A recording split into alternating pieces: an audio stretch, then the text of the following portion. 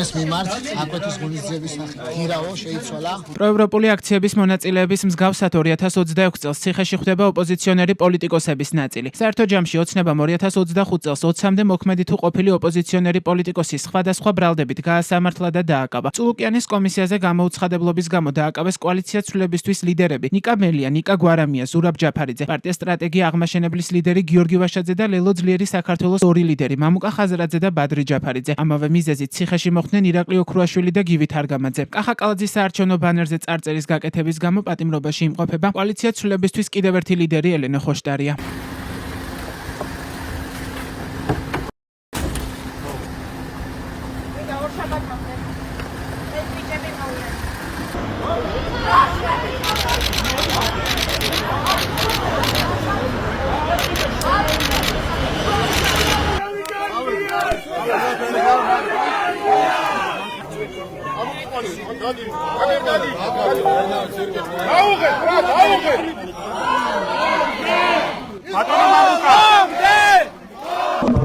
მიკროფონი როვის საზოგადოებრივი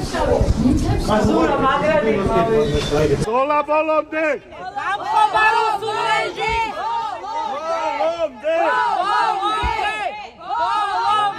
2025 წელსვე მიხეილ ყაველაშვილის შეწყალების საფუძველზე ციხიდან გათავისუფლდნენ ბადრი ჯაფარიძე და მამუკა ხაზარაძე. რუსთავის პენიტენციური დაწესებულება პატიმრობის ვადის გასვლის შემდეგ დატოვა ზურაბ გირჩი ჯაფარიძემ, თუმცა საბოტაჟის საქმეზე სხვა არაერთი პოლიტიკოსის მსგავსად ციხე მას კვლავ ემუქრება.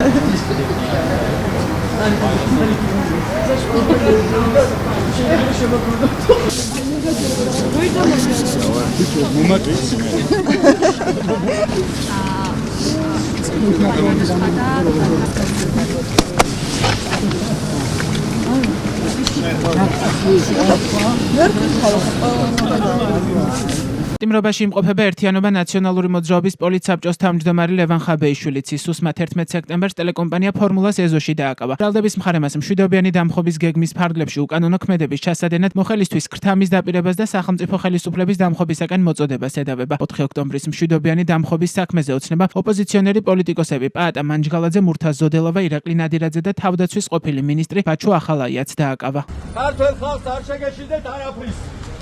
საქართველოს მოქალაქეებს შეგიძლიათ გაიმარჯვოთ.